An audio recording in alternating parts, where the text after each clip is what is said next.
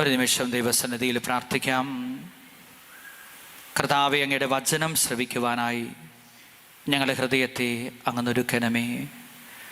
അങ്ങയുടെ വചനത്തിൻ്റെ അർത്ഥം മനസ്സിലാക്കുവാനായി ഞങ്ങളുടെ ഹൃദയത്തെ, ഞങ്ങളുടെ ആത്മാവിനെ, ഞങ്ങളുടെ ബുദ്ധിയെ പ്രകാശിപ്പിക്കണമേ.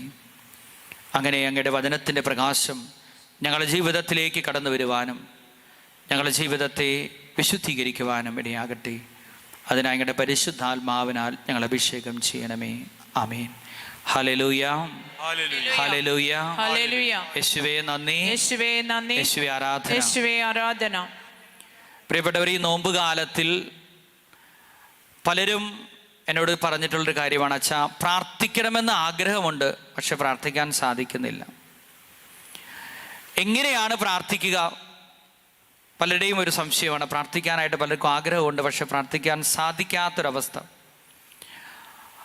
അപ്പോൾ നമ്മളെ ഈ നോമ്പ് കാലം എന്ന് പറയുന്നത് നമ്മുടെ പ്രാർത്ഥനാ ജീവിതത്തെ നവീകരിക്കുന്ന ഒരു കാലഘട്ടം കൂടിയാണ്. അപ്പോൾ വേണ്ട വിധത്തിൽ എങ്ങനെയാണ് പ്രാർത്ഥിക്കേണ്ടതെന്ന് ഈശോ തന്നെ നമ്മളെ പഠിപ്പിച്ചിട്ടുണ്ട്. അത് മനസ്സിലാക്കിയിരിക്കേണ്ടത് വളരെ ആവശ്യമായിട്ടുള്ള കാര്യമാണ്. Hallelujah, hallelujah. അപ്പോൾ ഈ ഈശോ പറയുന്ന പ്രാർത്ഥന, അത് വ്യക്തിപരമായ പ്രാർത്ഥനയെക്കുറിച്ചാണ് പറയുന്നത്. വ്യക്തിപരമായിട്ട് നമ്മൾ എങ്ങനെ പ്രാർത്ഥിക്കണം. നമ്മൾ ഒരുപാട് പ്രാർത്ഥനകൾ ചൊല്ലുന്നുണ്ട്. കുരിശിൻ്റെ വഴി, ജപമാല, നൊവേന, അതുപോലെ ആരാധനയുണ്ട്. പിന്നെ പ്രാർത്ഥനകളുടെ ഏറ്റവും മനോഹരമായ വിശുദ്ധ കുർബാന. ഇതിലെല്ലാം നമ്മൾ ഒന്നിച്ചാണ് പങ്കുചേരുന്നത്, മറ്റുള്ളവരോട് ചേർന്നാണ് നമ്മൾ പ്രാർത്ഥിക്കുന്നത്. എന്നാൽ വ്യക്തിപരമായ പ്രാർത്ഥന എന്ന് പറയുന്നത് ദൈവത്തിൻ്റെ സന്നിധിയിൽ നീ തനിച്ചിരിക്കുന്ന അവസരമാണ്. Hallelujah, hallelujah. അപ്പോൾ അതിനെക്കുറിച്ചാണ് കർത്താവ് നമ്മളെ ഓർമ്മിപ്പിക്കുന്നത്. വ്യക്തിപരമായി യേശുവിനോട് ചേർന്നിരിക്കാനായിട്ട് നമുക്ക് സാധിക്കണം. അതിന് ആദ്യമേ ചെയ്യേണ്ട കാര്യം എന്താണെന്ന് ഈശോ വചനത്തിലൂടെ നമ്മളെ ഓർമ്മിപ്പിക്കുന്നുണ്ട്. നീ നിന്റെ മുറിയിൽ കടന്ന് കതകടച്ച് രഹസ്യത്തിൽ നിന്റെ പിതാവിനോട് പ്രാർത്ഥിക്കുക. നീ നിന്റെ മുറിയിൽ കടന്ന് കതകടച്ച് രഹസ്യത്തിൽ നിന്റെ പിതാവിനോട് പ്രാർത്ഥിക്കുക. അപ്പോൾ നിന്റെ മുറി എന്ന് പറയുന്നത് നിന്റെ ജീവിതമാണ്. നിന്റെ ജീവിതത്തിൻ്റെ മറ്റെല്ലാ തിരക്കുകളിൽ നിന്നും മാറി നീ സ്വസ്ഥമാകുന്ന സ്ഥലമാണ് നിന്റെ മുറി എന്ന് പറയുന്നത്.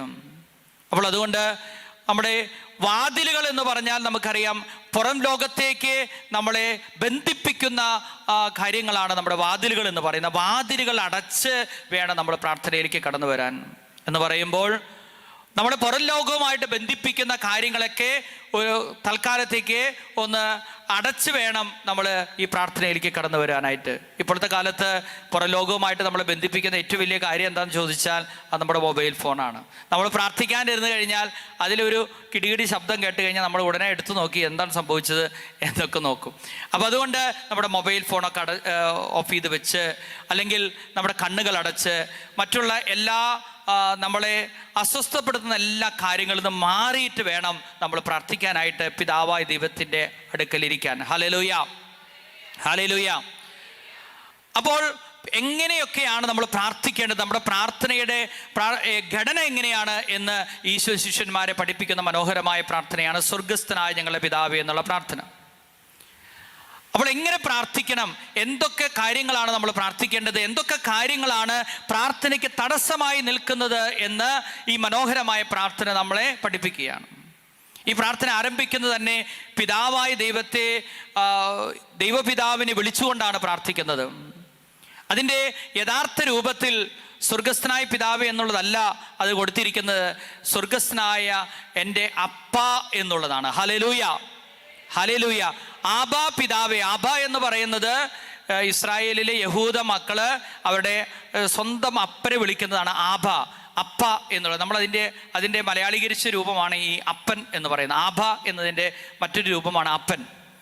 അപ്പോൾ സ്വർഗസ്ഥനായ ഞങ്ങളെ അപ്പച്ച എന്ന് വിളിച്ചുകൊണ്ടാണ് ഈ പ്രാർത്ഥന ആരംഭിക്കുന്നത്. Hallelujah, hallelujah. നമ്മളെ സ്നേഹിക്കുന്ന സ്വർഗീയ പിതാവിനെയാണ് നമ്മൾ വിളിക്കുന്നത്.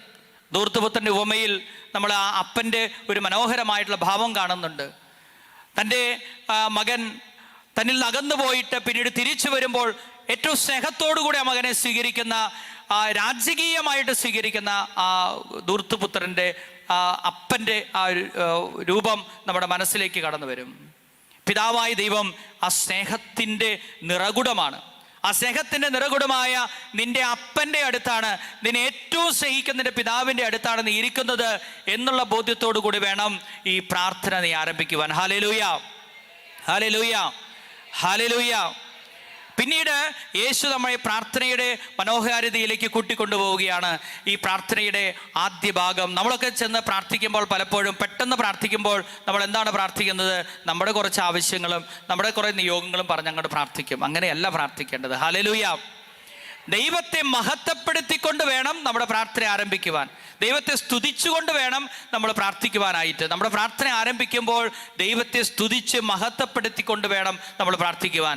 സങ്കീർത്തനം 147:1 ഇങ്ങനെ പറയുകയാണ്, നമ്മുടെ ദൈവത്തെ സ്തുതിക്കുന്നത് എത്രയോ ഉചിതമാണ്. Hallelujah, hallelujah. ദൈവത്തെ സ്തുതിച്ചുകൊണ്ട് വേണം നമ്മൾ പ്രാർത്ഥിക്കാനായിട്ട്. ദൈവത്തിന് നന്ദി പറഞ്ഞുകൊണ്ട്, ദൈവത്തെ ആരാധിച്ചുകൊണ്ട് വേണം നമ്മൾ പ്രാർത്ഥിക്കുവാൻ. നമ്മുടെ പ്രാർത്ഥനയുടെ ഏറ്റവും പ്രധാനപ്പെട്ട ഭാഗം എന്ന് പറഞ്ഞാൽ അത് ഈ സ്തുതിയും നന്ദിയും ആരാധനയുമാണ്. വളരെ മനോഹരമായിട്ടുള്ള പ്രാർത്ഥനയാണ്. അതുകൊണ്ട് പ്രിയപ്പെട്ടവർ, നമ്മുടെ പ്രാർത്ഥനയിൽ ദൈവത്തെ സ്തുതിക്കുവാൻ, ദൈവത്തിന് നന്ദി പറയുവാൻ നമ്മൾ പിശുക്ക് കാണിക്കരുത്. ദൈവത്തിന് നന്ദി പറയണം. വീണ്ടും സങ്കീർത്തനത്തിൽ ഇങ്ങനെ പറയുകയാണ്, സങ്കീർത്തനം 50:14 പറയുകയാണ്, കൃതജ്ഞതാ സ്തോത്രമാണ് നീ എനിക്ക് അർപ്പിക്കുന്ന ഏറ്റവും മനോഹരമായ ബലി. Hallelujah, hallelujah. ഒന്ന് വലതുകരം ഉയർത്തി പറഞ്ഞേ ഹല്ലേലൂയ, ഹല്ലേലൂയ. ഈ ഹല്ലേലൂയ പ്രാർത്ഥന തന്നെ ദൈവത്തെ സ്തുതിക്കുന്നതാണ്. അപ്പോൾ കൃതജ്ഞത അർപ്പിച്ചുകൊണ്ട് വേണം, നന്ദി പറഞ്ഞുകൊണ്ട് വേണം നമ്മൾ പ്രാർത്ഥിക്കാനായിട്ട്. നമ്മുടെ ജീവിതത്തിൽ എന്തുമാത്രം കാര്യങ്ങളാണ് നമുക്ക് നന്ദി പറയാനുള്ളത്. നമ്മളൊക്കെ പലരും നിരാശയിൽ ഇരിക്കുന്നവരായിരിക്കും. നിരാശയിൽ ഇരിക്കുന്ന ആളുകൾ ഇതിലുണ്ടായിരിക്കാം, ദുഃഖത്തിലായിരിക്കുന്ന ആളുകളുണ്ടായിരിക്കാം, ചിലപ്പോൾ കിട്ടിയത് പോരാ എന്ന് ചിന്തിക്കുന്ന ആളുകളുണ്ടായിരിക്കാം. എനിക്ക് മറ്റുള്ളവർക്കൊക്കെ കർത്താവ് കൊടുത്തു, എനിക്കൊന്നും തന്നില്ല എന്ന് ചിന്തിക്കുന്നവരുണ്ടാകാം. പ്രിയപ്പെട്ടവരെ, നമ്മൾ തിരിഞ്ഞു നോക്കുമ്പോൾ നമ്മളെക്കാളും കഷ്ടപ്പാട് അനുഭവിക്കുന്ന എന്തുമാത്രം ആളുകളാണുള്ളത്. കാലില്ലാത്തവര്, കണ്ണില്ലാത്തവര്, അംഗവൈകല്യമുള്ളവര്, കയറിക്കിടക്കാൻ ഒരു വീടില്ലാത്തവര്, അനാഥരായിട്ടുള്ള ആളുകൾ, എന്തുമാത്രം ആളുകൾ നമ്മളെക്കാളും ശോചനീയമായ അവസ്ഥയിൽ ജീവിക്കുന്നുണ്ട്. അപ്പോൾ പ്രിയപ്പെട്ടവരെ, നമുക്ക് ഇങ്ങനെ ഒരു അവസ്ഥയിലൂടെ ദൈവം നമ്മളെ വഴി നടത്തുന്നുണ്ടെങ്കിൽ ദൈവത്തിന് 1000 നന്ദി പറയണം. Hallelujah, hallelujah.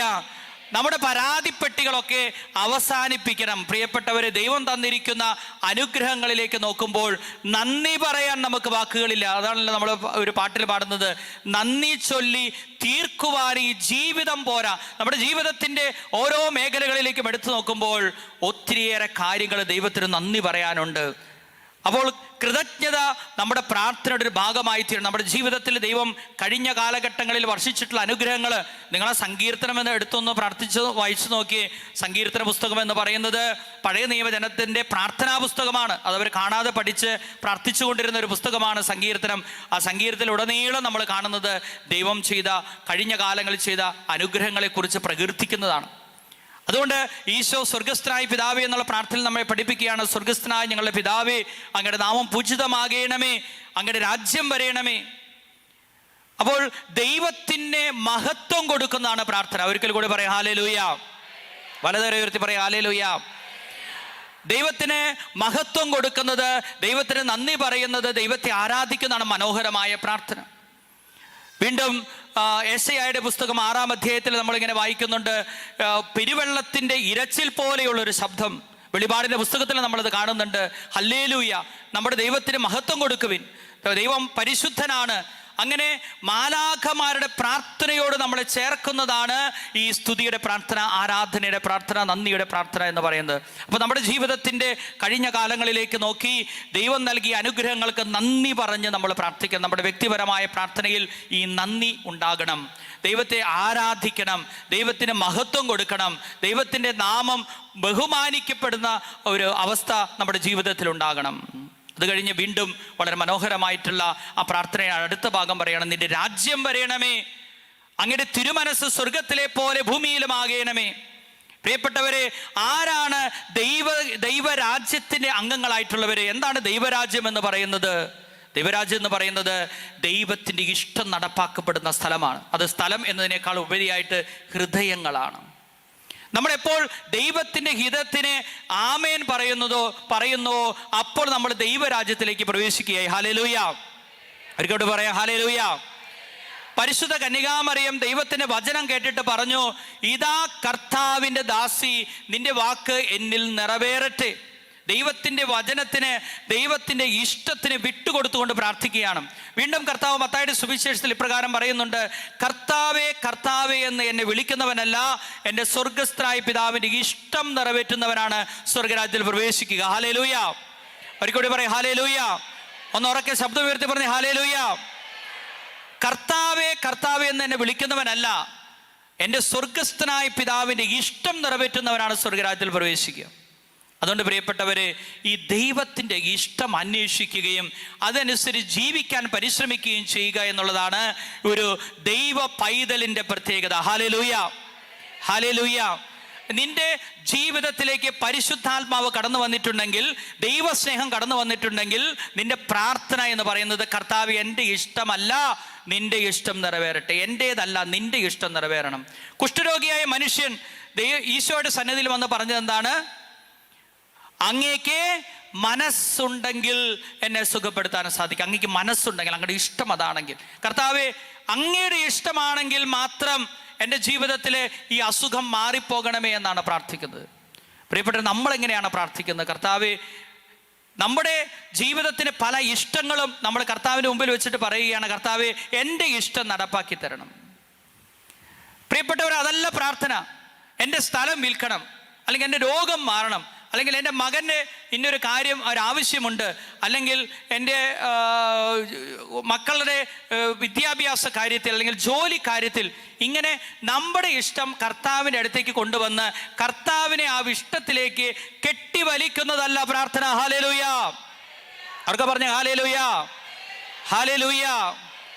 നമ്മുടെ ഇഷ്ടത്തിലേക്ക് കർത്താവിനെ കെട്ടിവലിക്കുന്നതല്ല പ്രാർത്ഥന. ദൈവം നിന്റെ ദാസനല്ല. ദൈവം നിന്റെ ദാസനല്ല. ദൈവത്തോട് കൽപ്പിക്കാൻ നീ ആരാണ്? കർത്താവ് ഇത് നടപ്പാക്കി തരണം എന്ന് പറയാൻ നീ ആരാണ്? ഈ കർത്താവിനോട് പ്രാർത്ഥിക്കേണ്ട, കർത്താവ് നിന്റെ ഇഷ്ടം ഇതാണെങ്കിൽ, എൻ്റെ ജീവിതത്തിൽ ഇന്നൊരു കാര്യമുണ്ട്, എൻ്റെ ജീവിതത്തിൽ ഇന്നൊരു പ്രശ്നമുണ്ട്, നീ അതിൽ ഇടപെടണം. അതാണ് യഥാർത്ഥത്തിലുള്ള പ്രാർത്ഥന. നിന്റെ ഇഷ്ടം നിറവേറട്ടെ എന്നുള്ളതാണ് പ്രാർത്ഥന. ദൈവത്തിൻ്റെ തിരുമനസ് സ്വർഗത്തിലെ പോലെ ഭൂമിയിലുമാകണമെന്ന് പറഞ്ഞാൽ ദൈവത്തിൻ്റെ ഇഷ്ടം എൻ്റെ ജീവിതത്തിലേക്ക് കടന്നു വരണം. ഒരിക്കൽ കൂടി പറയാം ഹല്ലേലൂയ. ഹല്ലേലൂയ. പ്രിയപ്പെട്ടവർ, നമ്മുടെ പ്രാർത്ഥനയിൽ നമുക്ക് അടുത്തതായിട്ടുണ്ടാകുന്ന ഒരു പ്രശ്നം ഇതാണ്. നമ്മുടെ പ്രാർത്ഥന പലപ്പോഴും മുറിയപ്പെടുന്നത്, അല്ലെങ്കിൽ പ്രാർത്ഥന ബ്രേക്ക് വരുന്നതിൻ്റെ കാരണം നമ്മുടെ അമിതമായ ജീവിത വ്യഗ്രതയാണ്. നമ്മുടെ ജീവിത വ്യഗ്രത പലപ്പോഴും എൻ്റെ തന്നെ ജീവിതത്തിൽ വന്നിട്ടുണ്ട്. ഞാൻ പ്രാർത്ഥിക്കാനിരിക്കുമ്പോഴായിരിക്കും ഒരു കാര്യം ഓർമ്മ വരുന്നത്, അയ്യോ അത് ചെയ്തില്ലല്ലോ, അപ്പോൾ പെട്ടെന്ന് ഓടിപ്പോയി ചെയ്യാം, അല്ലെങ്കിൽ അത് പറഞ്ഞില്ലല്ലോ. നമ്മുടെയൊക്കെ ജീവിതത്തിൽ വന്നിട്ടുണ്ടായിരിക്കും. ഒരുപാട് വ്യഗ്രതകൾ നമ്മുടെ ജീവിതത്തിലേക്ക് കടന്നു വരുന്നുണ്ടായിരിക്കും. അതുകൊണ്ട് ദൈവവചനം പറയുകയാണ്, ലൂക്കായുടെ സുവിശേഷം 21:13 ഇങ്ങനെ പറയുകയാണ്, ജീവിത വ്യഗ്രത, സുഖലോലുപത, മദ്യാസക്തി എന്നിവ മൂലം നിങ്ങളുടെ മനസ്സ് ദുർബലമാവുകയും ആ ദിവസം ഒരു കെണി പോലെ നിങ്ങളുടെ മേൽ വന്ന് വീഴുകയും ചെയ്യാതിരിക്കുവാൻ സൂക്ഷിച്ചുകൊള്ളുവിൻ. ഹല്ലേലൂയ. അവർക്ക് പറഞ്ഞേ ഹല്ലേലൂയ. പ്രിയപ്പെട്ടവർ, ഈ ജീവിത വ്യഗ്രത നമ്മുടെ ജീവിതത്തിലെ പ്രാർത്ഥനയ്ക്ക് തടസ്സം സൃഷ്ടിക്കുന്ന ഒരു കാര്യമാണ്. അതുകൊണ്ടാണ് ഈശോ മർത്തയുടെയും മറിയത്തിൻ്റെയും വീട്ടിൽ ചെന്ന് കഴിഞ്ഞപ്പോൾ മറിയം യേശുവിൻ്റെ പാദത്തെങ്കിൽ ഇരുന്ന് ഈശോ പറയുന്നത് കേൾക്കുകയാണ്. എന്നാൽ മർത്തയാകട്ടെ ഒരുപാട് കാര്യങ്ങളിൽ, ജീവിത വ്യഗ്രതകളിൽപ്പെട്ട് കർത്താവിനെ എങ്ങനെ ശുശ്രൂഷിക്കണം, എൻ്റെ വീട് എങ്ങനെ നടത്തിക്കൊണ്ടുപോകണം എന്നതിനെക്കുറിച്ച് ഇങ്ങനെ ആകുലപ്പെട്ട് ഓടി നടക്കുമ്പോൾ കർത്താവ് പറഞ്ഞൊരു കാര്യമുണ്ട്, മർത്ത മർത്ത, നീ എന്തിനാണ് ആകുലപ്പെടുന്ന, ഉത്കണ്ഠപ്പെടുന്ന? ഒരു കാര്യം മാത്രമേ ആവശ്യമുള്ളൂ. ആ നല്ല ഭാഗം ആരാണ് തിരഞ്ഞെടുത്തിരിക്കുന്നത്? മറിയമാണ് തിരഞ്ഞെടുത്തിരിക്കുന്നത്. പ്രിയപ്പെട്ടവരെ, ഈ വ്യഗ്രതയിൽപ്പെട്ട് മനുഷ്യങ്ങൾ ജീവിക്കുകയാണ്. നമുക്ക് ഇന്നത്തെ കാര്യത്തെക്കുറിച്ചല്ല, ഒരു 10 വർഷം കഴിഞ്ഞിട്ട് എങ്ങനെ ഉണ്ടാകണം എന്നതിൻ്റെ കാര്യത്തെക്കുറിച്ചൊക്കെയാണ് നമ്മൾ ചിന്തിച്ചുകൊണ്ടിരിക്കുന്നത്.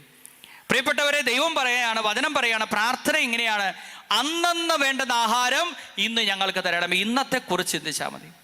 നമ്മൾ പലരും കഴിഞ്ഞ കാലത്തെക്കുറിച്ച് ചിന്തിച്ച് അതിൽ നിരാശപ്പെട്ട് ജീവിച്ചിരിക്കുന്നവരാണ്. നമ്മളൊരു കാര്യം മനസ്സിലാക്കേണ്ടത്, കഴിഞ്ഞ കാലം കടന്നുപോയി, ഇനി അത് തിരിച്ചു വരികയില്ല. കഴിഞ്ഞ കാലത്ത് നമ്മളൊരു തെറ്റ് ചെയ്തിട്ടുണ്ടെങ്കിൽ അല്ലെങ്കിൽ നമ്മുടെ ജീവിതത്തിൽ ഒരു പരാജയം ഉണ്ടായിട്ടുണ്ടെങ്കിൽ, വീഴ്ച ഉണ്ടായിട്ടുണ്ടെങ്കിൽ അതിനെ ഓർത്ത് നിരാശപ്പെട്ടിട്ട് കാര്യമില്ല, അത് കഴിഞ്ഞു പോയി. ഇനി അതെങ്ങനെ പരിഹരിച്ച് മുന്നോട്ട് പോകാം എന്നുള്ളതാണ് നമ്മൾ ചിന്തിക്കേണ്ടത്. ഇനി അടുത്തൊരു കാലഘട്ടത്തെക്കുറിച്ച് നമ്മൾ ചിന്തിക്കുകയാണ്. അടുത്തൊരു കാലഘട്ടം ഇനിയും വന്നിട്ടില്ല, അത് വരുമോ എന്ന് നമുക്ക് അറിഞ്ഞുകൂടാ, നമ്മൾ അന്ന് ഉണ്ടാകുമോ എന്ന് നമുക്ക് അറിഞ്ഞുകൂടാ. അപ്പോൾ നമ്മൾ പ്രാർത്ഥിക്കേണ്ടത് എന്താണ്? ഇന്നത്തെ കാര്യത്തെക്കുറിച്ചാണ്. ഇന്നിൽ ജീവിക്കാനായിട്ട് നമ്മൾ പരിശ്രമിക്കണം. ഹല്ലേലൂയ. ഒരിക്കൽ കൂടി പറയാം ഹല്ലേലൂയ. പലതരം ഉയർത്തി പറഞ്ഞേ ഹല്ലേലൂയ, ഹല്ലേലൂയ. നമ്മുടെ ജീവിതത്തെ ദൈവകരങ്ങളിൽ സ്വീകരിച്ചുകൊണ്ട് ഓരോ ദിവസത്തിനും ആവശ്യമായ കാര്യങ്ങളെ നമ്മൾ പ്രാർത്ഥിച്ചാൽ മതി എന്നാണ് കർത്താവ് പറയുന്നത്. ബാക്കിയെല്ലാം കർത്താവ് തന്നുകൊള്ളും.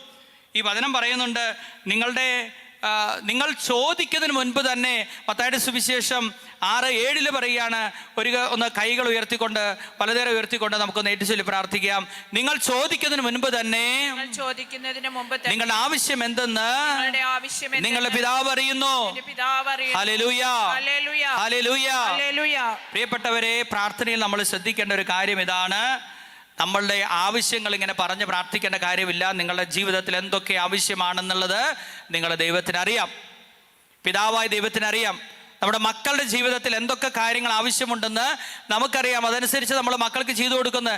മക്കൾ പിന്നെ അനാവശ്യമായിട്ട് വാശി പിടിക്കുമ്പോൾ നമ്മൾ അതിൽ വഴങ്ങിക്കൊടുക്കാത്തതിന് കാരണം അവർക്ക് ആവശ്യമുള്ളത് എന്താണെന്ന് നമുക്കറിയാം എന്നുള്ളത് കൊണ്ടാണ്. അപ്പോൾ അതുകൊണ്ടാണ് പല കാര്യങ്ങളും നമ്മൾ പ്രാർത്ഥിച്ചിട്ടും നമുക്ക് ലഭിക്കാത്തതിന് കാരണം നമുക്കത് ആവശ്യമുള്ളതാണ് എന്ന് ദൈവത്തിന് തോന്നിയിട്ടില്ല. നമുക്ക് ആവശ്യമായിട്ടുള്ള കാര്യങ്ങൾ കർത്താവിന് അറിയാം. അതനുസരിച്ച് നമ്മുടെ ജീവിതത്തെ ദൈവം നയിച്ചുകൊള്ളും, ദൈവം നമ്മുടെ ജീവിതത്തെ പരിപാലിച്ചുകൊള്ളും. ഹല്ലേലൂയ. അവർക്ക് പറയാം ഹല്ലേലൂയ.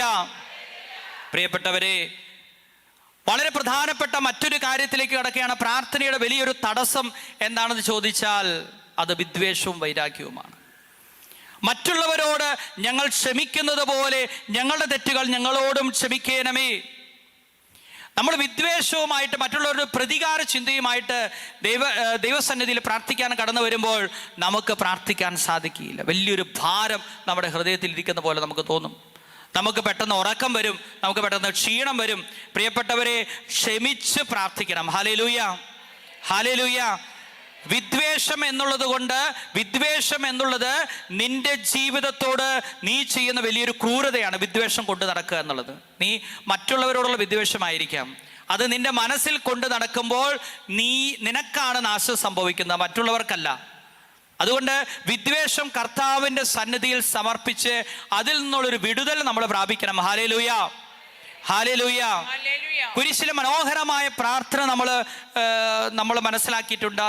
അതായത് ഈശോ കുരിശിൽ കിടന്ന് പ്രാർത്ഥിച്ചതാണ് ഏറ്റവും മനോഹരമായ ക്ഷമയുടെ പ്രാർത്ഥന. അതിങ്ങനെയാണ്: പിതാവേ, ഇവർ ചെയ്യുന്നത് എന്താണെന്ന് ഇവർ അറിയുന്നില്ല, ഇവരോട് ക്ഷമിക്കണമേ.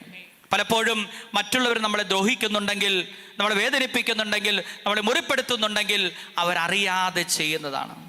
അവർക്ക് അറിഞ്ഞുകൂടാ ഇതിൻ്റെ ഫലം എന്താണ്, ഇങ്ങനെ പറഞ്ഞതുകൊണ്ട്, ഇങ്ങനെ ചെയ്തുകൊണ്ട് ഉണ്ടാകുന്ന ഭവിഷ്യത്ത് എന്താണെന്നുള്ളതിനെ അവരിൽ നിന്ന് മറയ്ക്കപ്പെട്ടിരിക്കുന്നു എന്നുള്ളതാണ്.